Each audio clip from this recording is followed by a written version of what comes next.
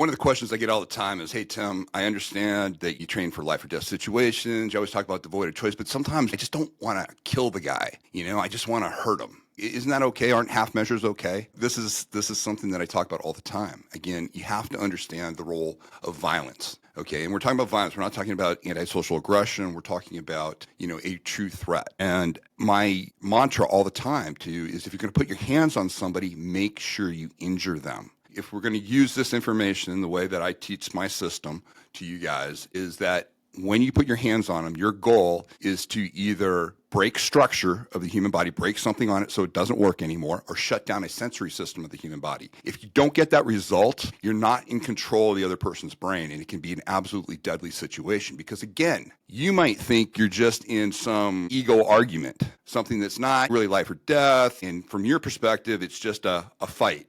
The other guy might not be thinking that way. And so to illustrate that, I've got a video that it's one of my favorites that I've used in training over the years. And it'll illustrate why you never want to do this. We used to talk about the idea of never slapping a killer. And you'll see from this video what I'm talking about, okay? This happened in a parking lot. Okay.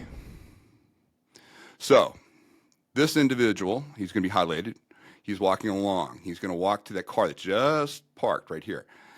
Now, something happens here. We're not sure what happened, okay? I'm not sure what happened there. It looked like he might have tapped the side of the car or something, but then there's some interaction. There's some verbal exchange that happened, and this guy gets out of the car. Okay, now watch what this guy's doing. Where the other guy is that was walking,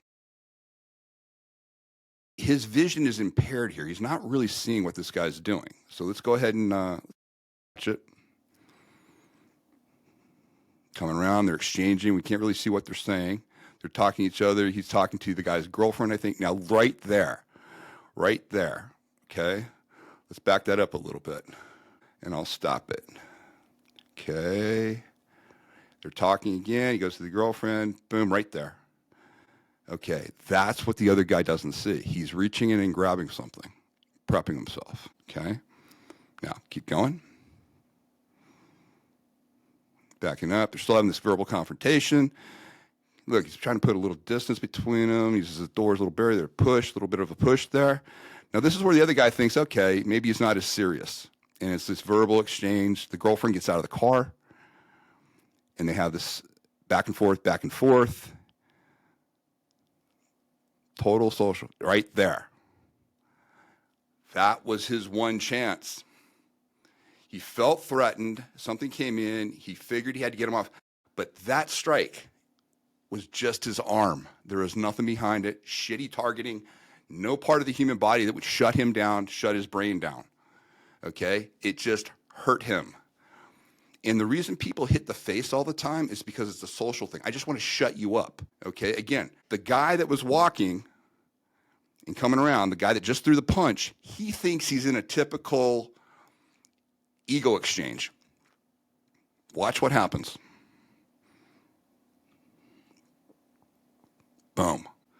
That got him shot and killed. Listen, once you cross the physical plane, you have to make sure you get a result. You have to make sure you control the one thing on that person. You take that one thing away from them. That is the most dangerous weapon, and that's the active brain. How do you do that? You put enough trauma in the body so that they have to react to the trauma. No matter what else they want to do, they physically can't. Their body betrays them and deals with the trauma. He did not do that. He hurt him. Guy was able to take it, slip the punch, came right out, took the gun out, and shot him multiple times. Now, we can talk about the idea of, is it justified? Absolutely not. This is flat out murder, okay?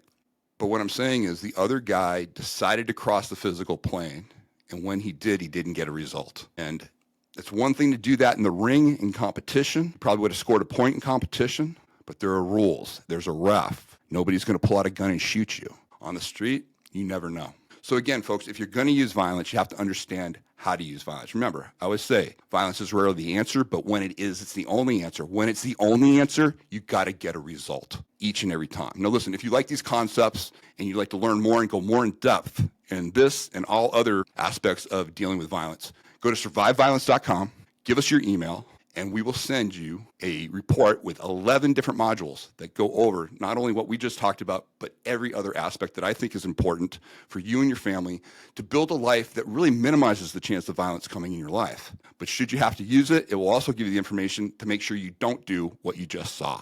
All right, folks. Until next time, stay safe.